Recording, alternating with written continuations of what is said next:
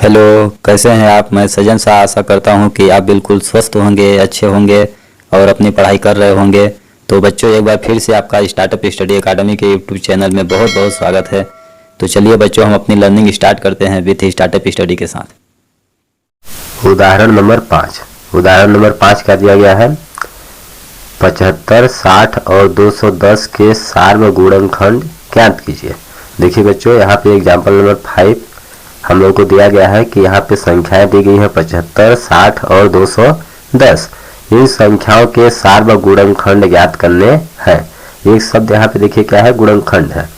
तो बच्चों, इस अध्याय के इंट्रोडक्शन वाले वीडियो में हमने गुणनखंड के बारे में विस्तृत अध्ययन किया है। यदि वह वीडियो अभी तक आपने नहीं देखा है तो इस वीडियो के डिस्क्रिप्शन में लिंक दिया गया है, एक बार आप अवश्य देखें, जिससे यह वीडियो आपको अच्छी तरह से समझ में आएगा। तो चलिए हम लोग एग्जाम्पल नंबर 5 देखते हैं क्या दिया गया है। यहाँ पे कुछ संख्याएं दी गई हैं, इनका सार्वगुणनखंड ज्ञात करना है। तो इसके लिए हमें पहले 75, 60 और 210 के गुणनखंड ज्ञात करने होंगे। इसके बाद उन गुणनखंडों में से उभयनिष्ठ गुणनखंड, सार्व मतलब उभयनिष्ठ गुणनखंड हम लोग ज्ञात करेंगे। तो चलिए स्टार्ट करते हैं। देखिए बच्चों, यहाँ पे हल दिया गया है, हल में हम लिखेंगे हल। ठीक, यहाँ पे देखिए 75 है, तो 75 को हम क्या लिख सकते हैं, 1 गुणे 75, 75 एकम 75, 1 के गुणनफल के रूप में लिख दिया। और 2 के गुणनफल के रूप में कैसे लिखेंगे, देखिए 2 से 75 तो डिवाइड होगा नहीं, 3 से डिवाइड होगा। 3 दूना 6, 3 5 15 हो जाएगा। तो 3 गुणे 25 के रूप में लिख सकते हैं, 3 के गुणनफल के रूप में 3 गुणे 25। देखिए 25 या 75 होता है। और क्या लिख सकते हैं, 4 से 75 डिवाइड नहीं होगा, 5 से होगा। तो 5 गुणे क्या लिख सकते हैं, 5। यहाँ देखिए 5 से इसको भाग दीजिएगा आप, तो कितना आएगा, 5 एकम 5, 2 बचेगा 25, 5 25, अर्थात कितना आएगा,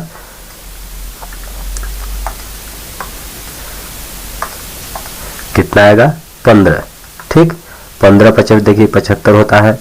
और क्या हम लोग लिख सकते हैं, 5 हो गया मेरा। अब 6 से तो डिवाइड नहीं होगा, 7 से नहीं होगा, 8 9 10 11 12 13 14, आप चेक कर लीजिए 14 तक के पहाड़ा में टेबल में 75 नहीं आता है। अब किससे डिवाइड होगा, 15 से, 15 5 75।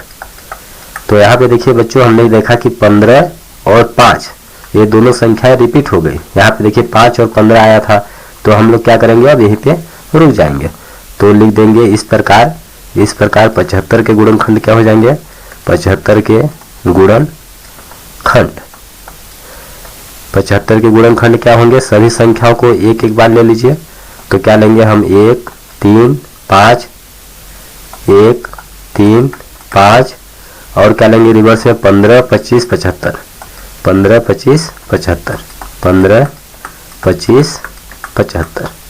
तो इस प्रकार से 75 के गुणनखंड क्या हो गए, 1 3 5 15 25 75। तो देखिए बच्चों, गुणनखंड क्या होता है, किसी भी संख्या के गुणनखंड उस संख्या का पूरा विभाजक होते हैं। अर्थात कोई भी संख्या अपने गुणनखंडों से पूर्णतः विभाजित हो जाती है, अर्थात कट जाती है। जैसे देखिए 1 से 75 कट जाएगा, 3 से भी कटेगा, 5 से भी कटेगा, 15 से भी कटेगा, 25 से भी कटेगा, और 75 से भी 75 पूरी तरह कट जाएगा। इनके अलावा ऐसी कोई संख्या नहीं है जिनसे 75 विभाजित होता हो। अब आगे देखिए 60 के गुणनखंड हम लोग याद करेंगे। तो हम लोग लिख सकते हैं, देखिए हम लोग क्या लिख सकते हैं, 60 बराबर लिख सकते हैं 1 गुणे 60, और 2 के गुणनफल के रूप में लिखिए 2 गुणे 30 लिख सकते हैं, 30 दूना 60 होता है।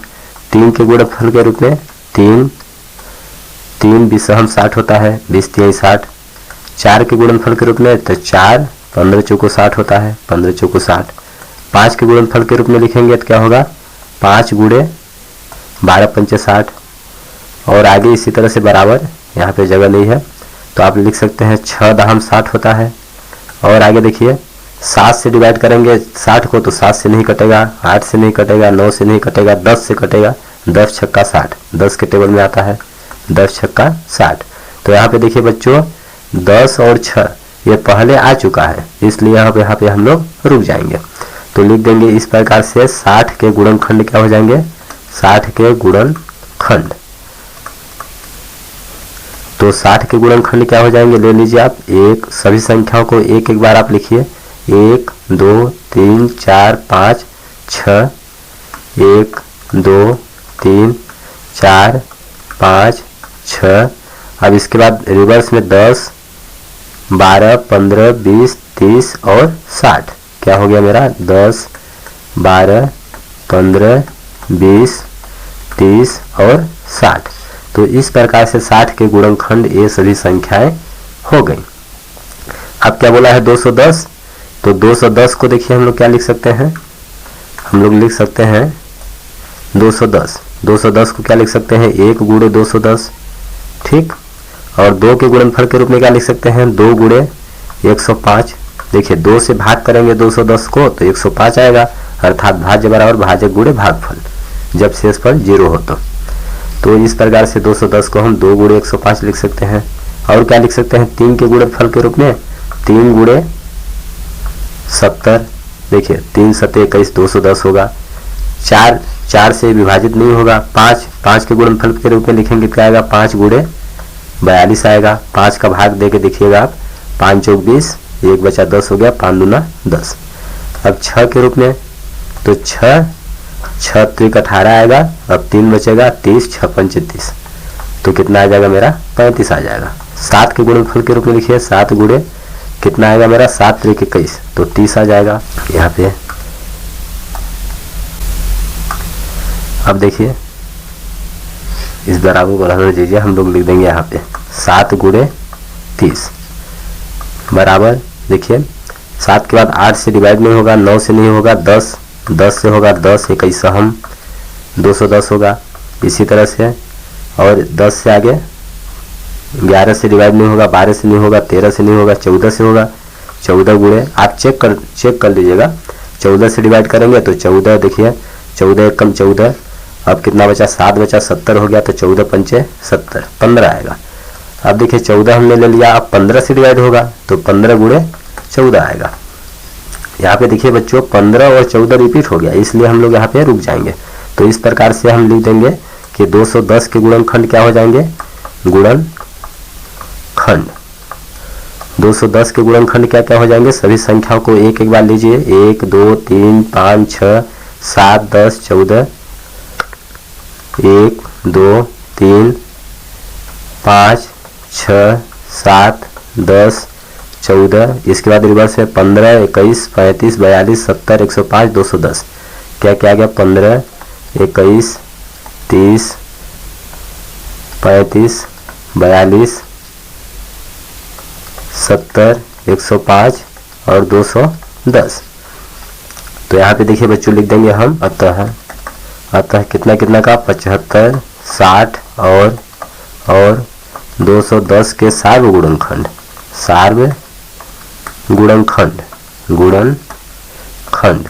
क्या क्या हो जाएंगे।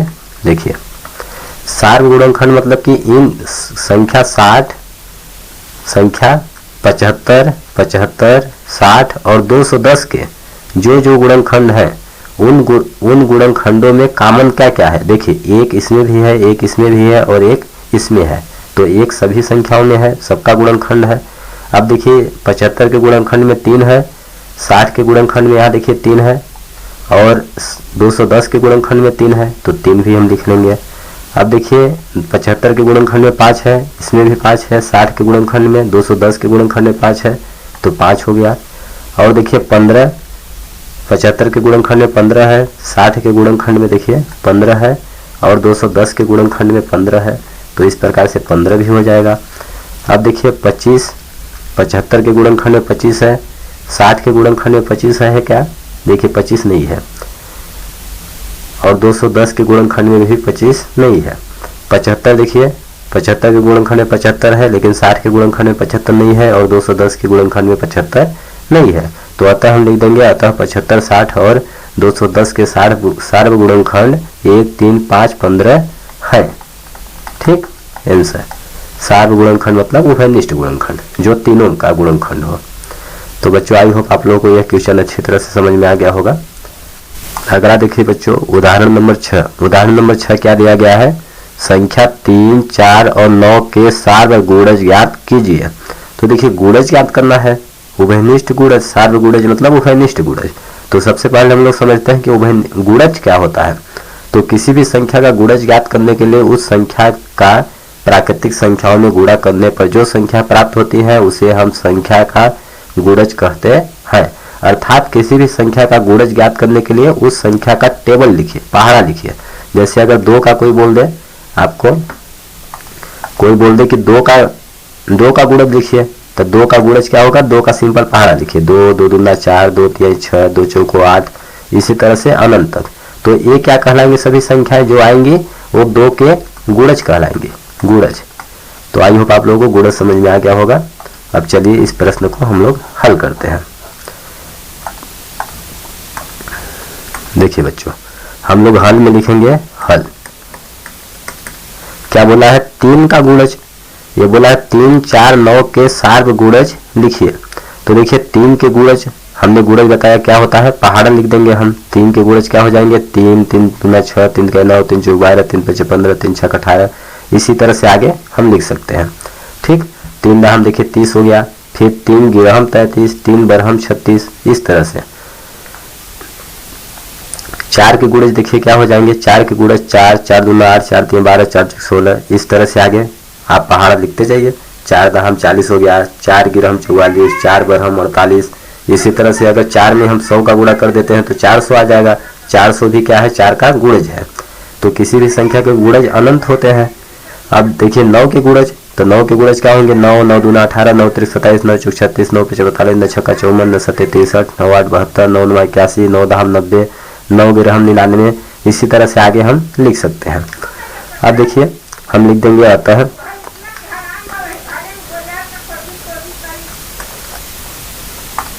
अतः। यहाँ तक आपको समझ में आ गया कि गुणज कैसे ज्ञात किया जाता है। यहाँ पे लिख देंगे स्पष्टतः या अतः। अतः संख्या 3 4 और 9 के सार्व गुणज क्या क्या हो जाएंगे। देखिए सार्व गुणज मतलब कि इनके जो गुणज है वो इनके गुणज तीनों का उभयनिष्ठ गुणज। सार्व गुणज मतलब क्या होता है, उभयनिष्ठ गुणज, जो संख्याएं सभी, जो गुणज सभी का गुणज हो। तो देखिए क्या संख्या मिल रही है, इसमें 3 6 9 12 है। इसमें देखिए 3 6 9 12 मिल रहा है। देखिए 12 12 मिल रहा है, लेकिन फिर 9 के गुणज में 12 नहीं है। और आगे देखिए क्या मिल रहा है, 15, इसमें 15 नहीं है। 18 इसमें नहीं है। 21 इसमें नहीं है। 24 देखिए मिल रहा है। 24 लेकिन देखिए 9 के गुणज में 24 नहीं मिल रहा है, इसलिए 24 भी हम 24 देखिए 3 के गुणज 4 के गुणज में मिल रहा है, लेकिन 9 के गुणज में 24 नहीं है, इसलिए हम 24 को भी नहीं ले सकते। तो हम ऐसा गुणज लेंगे जो तीनों में हो। ठीक, तो आगे चेक कीजिए 27 30 33 36। ये देखिए 36 यहाँ पर है। 4 के गुणज में भी 36 है और 9 के गुणज में भी 36 है। तो अतः हम लिख देंगे 3 4 9 के सार्व गुणज क्या हो गया, पहला गुणज क्या हो गया, 36। ठीक, इसी तरह से दूसरा क्या होगा, आगे आप मिलाएंगे तो 3 का गुणज आगे लिखेंगे तो 72 आएगा। 4 के गुणज में आगे लिखेंगे तो 72 आएगा। 9 के गुणज में देखिए 72 है तो 72 हो जाएगा। या अगर आपको एक गुणज प्राप्त हो गया, एक सार्व गुणज उभयनिष्ठ गुणज यदि आपको प्राप्त हो गया, तो अगला हम लोग कैसे ज्ञात करेंगे। अब 36 का गुणज लिखिए। पहला देखिए उभयनिष्ठ सार्व गुणज क्या मिल गया हम लोग को, 36। अब 36 का पहला लिख दीजिए। 36 से कम 36 हो गया पहला। अब 36 दूना 72 हो जाएगा। 36 तिया 108 हो जाएगा। इसी तरह से 36 चौको कर देंगे तो 4 छक 24 हो गया और 4 3 12 2 14 144 आ जाएगा। इसी तरह 5 बार कर सकते हैं, 6 बार। तो 3 4 9 के सार्व गुणज क्या हो जाएंगे, 36 72 108। इसी तरह से डाट डास आगे भी हम ज्ञात कर सकते हैं। तो यह हो गया बच्चों हम लोग का आंसर। आगे देखिए बच्चों हम लोग को क्या दिया है, प्रश्नावली 3.4। तो हम लोग पढ़ेंगे प्रश्नावली 3.4। ठीक, देखिए प्रश्नावली 3.4। प्रश्नावली 3.4 हम लोग को क्या दी गई है, क्वेश्चन नंबर पहला दिया गया है निम्नलिखित के सार्व गुणनखंड ज्ञात कीजिए। तो बच्चों अभी हमने सीखा कि सार्व गुणनखंड कैसे ज्ञात किया जाता है एग्जाम्पल नंबर 5 में। देखिए एग्जाम्पल नंबर 5 में अभी हमने पढ़ा है कि देखिए एग्जाम्पल नंबर 5 में पढ़ा है कि किसी भी किन्हीं 2 या 2 से अधिक संख्याएं हैं तो उनका सार्वगुणज खंड कैसे ज्ञात किया जाता है। इसी बेस पे चलिए हम लोग 3.4 हल करते हैं। तो पहला नंबर क्या दिया है, ए नंबर। ठीक, ए नंबर देखिए यहाँ पे दिया गया है 20 और 28। 20 और 28 के सार्वगुणनखंड ज्ञात करने हैं तो सबसे पहले 20 का गुणनखंड हम लोग ज्ञात करेंगे। तो 20 का गुणनखंड क्या हो जाएगा, देखिए गुणनखंड क्या होता है, उस किसी भी संख्या का गुणनखंड उसका पूरा पूरा विभाजक होता है। अर्थात 20 के गुणनखंड क्या हो जाएंगे, देखिए 20 किस किस संख्या से कटेगी उनको हम लिख सकते हैं, या ऐसे लिख सकते हैं कि 20 बराबर हम लिख सकते हैं 1 गुणे 20 बराबर 2 गुणे 10 बराबर 4 गुणे 5 बराबर 5 गुणे 4। यहाँ पे देखिए रिपीट हो रहा है 5 और 4, तो हम यहाँ पर रुक जाएंगे। तो 20 के गुणनखंड क्या हो जाएंगे, 20 के गुणनखंड 1 2 4 5 10 और 20। देखिए सभी संख्याओं को एक एक बार हमने ले लिया। या डायरेक्ट हम लोग कैसे ज्ञात करेंगे 20 के गुणनखंड यदि हमें ज्ञात करने हो तो डायरेक्ट हम लोग कैसे ज्ञात करेंगे, देखिए 20 किन किन संख्याओं से कटती है उन संख्याओं को हमें लिखना है। तो 1 से कटेगा 20, 1 हमने लिख लिया। 2 से विभाजित होगा 3 से, देखिए 3 का भाग 20 में नहीं जाएगा इसलिए 3 नहीं लिखेंगे। 4 का भाग जाएगा, 5 का भाग जाएगा और 6 का नहीं जाएगा, 7 का नहीं जाएगा, 8 नहीं जाएगा, 9 का नहीं जाएगा, 10 का जाएगा। इसी तरह 10 के बाद डायरेक्ट अब 20 का जाएगा भाग। तो इस तरह से 20 के गुणनखंड क्या हो गए, 1 2 4 5 10 20। यहाँ पे देखिए 20 के गुणनखंड, 20 का गुणनखंड क्या क्या है, 1 2 4 5 10 और 20 हमने लिख दिया है। तो यहाँ पे हमने 20 का गुणनखंड लिख लिया। अब किसका बोला है, 28 का। तो 28 का गुणनखंड क्या हो जाएगा, 28 किन किन संख्याओं से कटती है हम लिख देंगे। 28 1 से कटेगा, 2 का भाग चला जाएगा 28 में तो 2 हो गया। 3 का भाग नहीं जाएगा तो 3 नहीं लिखेंगे। इसी तरह से 4 7 28 होता है। अब 7 7 चौक 28 होगा, 14 दूना 28 होगा, 28 एकम 28 होगा। इस प्रकार से 28 के गुणनखंड क्या हो गए, 1 2 4 7 14 और 28। अब देखिए इन दोनों का हम सार्वगुणनखंड ज्ञात करेंगे। सार्वगुणनखंड मतलब उभयनिष्ठ गुणनखंड, अर्थात जो गुणनखंड दोनों में उभयनिष्ठ हो। तो देखिए एक इसमें है और एक इसमें भी है तो हमने एक ले लिया। अब देखिए 2 20 का गुणनखंड 2 है, 28 का भी गुणनखंड 2 है तो हमने 2 भी ले लिया। अब देखिए 4 20 का गुणनखंड 4 है और 28 का भी गुणनखंड 4 है इसलिए मैंने 4 भी ले लिया। अब देखिए 20 का गुणनखंड क्या है, 5 बचा 10 बचा 20 बचा। तो 5 10 20 इसमें मिल रहा है, नहीं मिल रहा है। इसका देखिए क्या बचा, 7 14 28। इसमें 7 14 28 दिख रहा है, नहीं दिख रहा है। इसलिए 20 और 28 के सार्वगुणनखंड ओनली क्या क्या होंगे, 1 2 और 4। यह हो जाएगा हमारा आंसर। इसी तरह से आगे हम लोग लिखेंगे बी नंबर 15 और 25 के गुणनखंड। तो 15 के गुणनखंड क्या हो जाएंगे, 15 किससे किससे विभाजित होगा, 1 से 3 से 5 से 15 से। 25 का गुणनखंड लिख लेंगे, 25 1 से विभाजित होगा, 2 से देखिए विभाजित नहीं होगा 25, 3 से नहीं कटेगा, 4 से नहीं कटेगा, 5 से कटेगा तो हमने 5 लिख लिया। 25 बराबर होता है 5 गुणे 5। तो यहाँ पे जब दोनों संख्या सेम आ जाए, जैसे देखिए 25 बराबर हम लिख सकते हैं 25 को 1 गुणे 25 और 25 को लिख सकते हैं 5 गुणे 5। तो यहाँ पे देखिए 5 5 रिपीट हो गया इसलिए यहाँ पे हम रुक जाएंगे। तो 25 के गुणनखंड क्या हो जाएंगे, 1 5 25 1 5 25। ठीक, तो अब बोला है 15 और 25 का सार्वगुणनखंड। सार्वगुणनखंड मतलब जो दोनों में जो हो, तो देखिए 1 1 दोनों में मिल रहा है, 1 हमने लिख लिया। और कुछ मिल रहा है, इसमें 3 है तो 3 इसमें नहीं है। इसमें देखिए 5 है और इसमें भी 5 है तो हम 5 को भी लिख लेंगे। ठीक, तो इस तरह से हमने यहाँ से 1 मिला 1 मिला तो 1 हमने लिख लिया। 3 नहीं मिल रहा है, 5 मिल रहा है, 5 दोनों में है तो 5 हमने लिख लिया। अब देखिए 15 है, 15 इसमें नहीं है, 25 इसमें है, 25 इसमें नहीं है। तो उभयनिष्ठ गुणनखंड क्या हो गया, 1 और 5। इस तरह से हो गया हमारा आंसर। यहाँ पर देखिए बच्चों सी नंबर दिया गया है 35 और 50। तो 35 के गुणनखंड हम लोग ज्ञात कर लेंगे, 50 के गुणनखंड ज्ञात कर लेंगे। इस प्रकार से 25 35 और 50 के साथ गुणनखंड क्या हो जाएंगे, जो दोनों में उभयनिष्ठ हो। 1 1 मिल रहा है तो हमने 1 लिख लिया। अब देखिए 5 और 5 दोनों में है तो 5 लिख लिया। इसके अलावा कोई भी उभयनिष्ठ गुणनखंड नहीं है तो ओनली क्या है, 1 और 5 होगा आंसर। डी नंबर क्या दिया है, देखिए 56 और 120। 56 और 120, तो 56 का गुणनखंड लिख लेंगे, 120 का गुणनखंड लिख लेंगे। अब दोनों में जो मिल रहा होगा उनको सार्व गुणनखंड लिख लेंगे। सार्व गुणनखंड देखिए 1 1 मिल रहा है तो हमने 1 लिख लिया, 2 2 मिल रहा है तो 2 लिख लिया, 4 और 4 दोनों में कॉमन है तो 4 लिख लिया, और 8 8 दोनों कॉमन है तो हमने 8 लिख लिया। इस तरह से सार्व 56 और 120 के सार्व गुणनखंड क्या हो गए, 1 2 4 और 8। यह हो गया हमारा आंसर।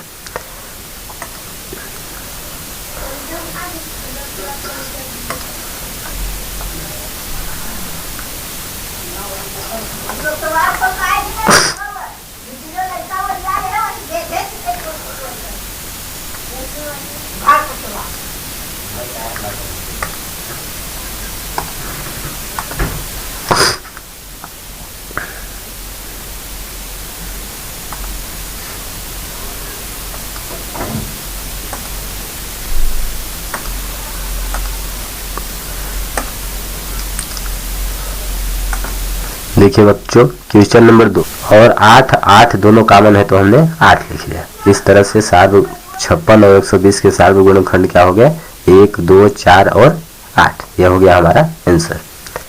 देखिए बच्चों क्वेश्चन नंबर 2, क्वेश्चन नंबर 2 क्या दिया गया है, निम्न के सार्व गुणनखंड ज्ञात कीजिए।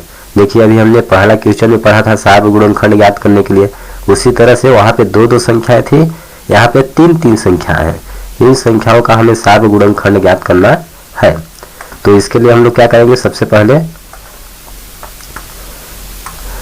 पहले गुणनखंड ज्ञात करेंगे। तो 4 का गुणनखंड क्या हो जाएगा, 4 किसी किसी विभाजित होगा, 1 से 2 से और 4 से। इसी तरह से 8 के गुणनखंड क्या हो जाएंगे, 1 2 2 से विभाजित होगा। देखिए 3 यहाँ पे प्रिंटिंग है, 3 गलत प्रिंटिंग है, 3 से 8 विभाजित नहीं होगा। तो 8 के गुणनखंड क्या हो जाएंगे, 1 2 4 और 8। इसी तरह से 12, देखिए 12 के गुणनखंड क्या होंगे, 1 से 12 विभाजित होगा, 2 से होगा, 3 से होगा, 4 से विभाजित होगा, 6 से होगा और 12 से होगा। तो हम लिख देंगे अतः 4 8 और 12 के सार्व गुणनखंड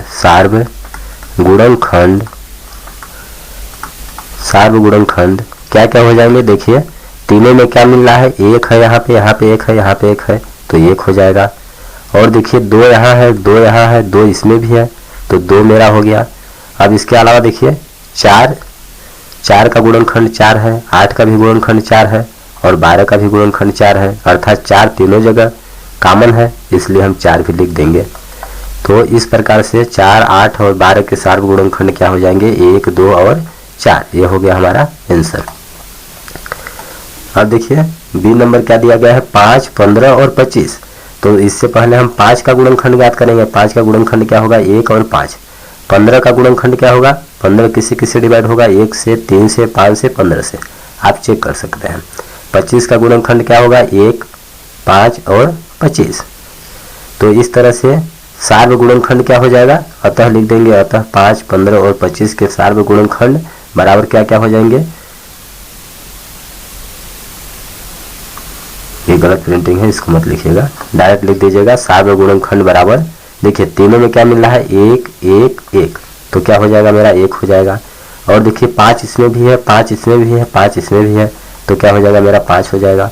और देखिए कुछ मिल रहा है, अब इसमें तो 2 ही संख्याएं थी, तो अब इसके अलावा तो अब मिलेंगे नहीं कुछ, तो यह हो गया 5 15 25 के सार्व गुणनखंड क्या हो जाएंगे, 1 और 5। ये हो जाएगा मेरा आंसर। देखिए बच्चों क्वेश्चन नंबर 3 क्या दिया गया है, बोला गया है कि निम्न के प्रथम 3 सार्व गुणनखंड ज्ञात कीजिए।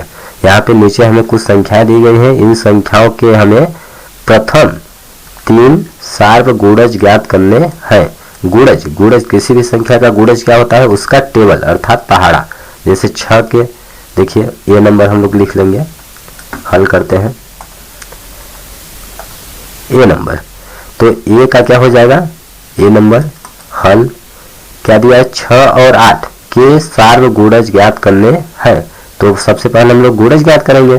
तो 6 का गुणज, ये देखिए गुणनखंड लिखा है, ये गुणज होगा। तो 6 का गुणज क्या हो जाएगा, 6 एकम 6, 6 दूना 12, 6 त्रिक 18, 6 चौके 24, 6 पंचे 30। इसी तरह से आगे हम लिख लेंगे। और 8 का गुणज क्या हो जाएगा, 8 का गुणज, तो 8 का गुणज क्या हो जाएगा, 8 एक कम 8, 8 2 16, 8 एक 24, 8 चौक 32, 8 पंच 40, 8 छक 48, 8 7 56, 8 28 64, 8 9 72, 8 10 80, 8 11 88। इसी तरह से आगे हम लिख सकते हैं। तो बोला गया है कि अतः हम लिख देंगे अतः 6 और 8 के प्रथम तीन यानी 3 ठो लिखना है, प्रथम 3 सार्व गुणज लिखिए। तो लिख देंगे अतः 6 और 8 के प्रथम 3 सार्व गुणज बराबर क्या हो जाएंगे। देखिए इनमें पहला गुणज क्या मिल रहा है, इसमें 6 है तो इसमें 6 नहीं है, 12 है 12 नहीं मिल रहा है, 18 नहीं मिल रहा है, 24 देखिए यहाँ पे 24 है, यहाँ पे भी 24 है। तो पहला गुणज मेरा क्या हो गया 24। दूसरा देखिए अब ये आपका 48 है, ठीक। तो दूसरा क्या है 48, इसमें भी 48 है, तो दूसरा क्या मिलेगा 48। या यदि आपको बच्चों पहला गुणज यदि मिल गया तो अब इसका गुणज, पहला गुणज क्या है 24, अब इसका गुणज निकालिए तो वह हमारा आंसर हो जाएगा। तो पहला 24 से कम 24, 24 दूना 48, 24 दिया 72, ये देखिए 72 भी मिल रहा है। इस प्रकार से 6 और 8 के सार्व गुणज क्या हो जाएंगे 24, 48, 72। हमें ओनली 3 ठो निकालने के लिए बोला था, इसलिए हम 3 ठो ज्ञात कर लिए। यह हो गया हमारा आंसर। अब देखिए बी नंबर क्या दिया गया है, बी नंबर दिया गया है 12 और 18 के सार्व गुणज ज्ञात कीजिए। तो 12 का गुणज, सबसे पहले 12 का गुणज हम ज्ञात करेंगे। तो 12 का गुणज क्या होगा, 12 कम 12, 12 दूना 24, इसी तरह से आप पहाड़ा लिख लीजिएगा। और 18 का गुणज, 18 का गुणज, तो 18 के गुणज क्या होंगे 18, 18 में 36, 18 14, 18 चौक 72, 18 95, 18 छक्का 108, 18 7 126। इसी तरह से आगे आप लिख सकते हैं। तो अतः लिख देंगे अतः 12 और 18 के सार्व गुणज क्या क्या हो जाएंगे, इनमें क्या मिल रहा है 36, दोनों में 36 कॉमन है। इसी तरह से आगे बढ़ेंगे तो देखिए 72 72 दोनों में कॉमन है, तो क्या हो जाएगा इस तरह से 72 हो गया, 36 दूना 72, 36 दिया है देखिए 108 हो जाएगा, तो हम लिख देंगे 108। यह इस प्रकार से हमारा आंसर हो जाएगा। इस प्रकार से बच्चों प्रश्नावली 3.4 के और आगे के प्रश्नों का हम नेक्स्ट वीडियो में अध्ययन करेंगे, तो आप एक बार अवश्य देखें। धन्यवाद बच्चों। तो बच्चों हमें उम्मीद है कि इस वीडियो के सभी टॉपिक्स क्वेश्चंस आपको अच्छी तरह समझ में आ गए होंगे। अगर यह वीडियो आपको पसंद आया है तो वीडियो को लाइक करिए, चैनल को सब्सक्राइब करिए, अपने फ्रेंड्स के साथ शेयर करिए, और अगर आपको कहीं पर कुछ समझ नहीं आ रहा है तो आप नीचे कमेंट बॉक्स में लिखकर हमें अवश्य बताएं, हम आपके डाउट का रिप्लाई अवश्य देंगे। धन्यवाद दोस्तों, जय हिंद जय भारत।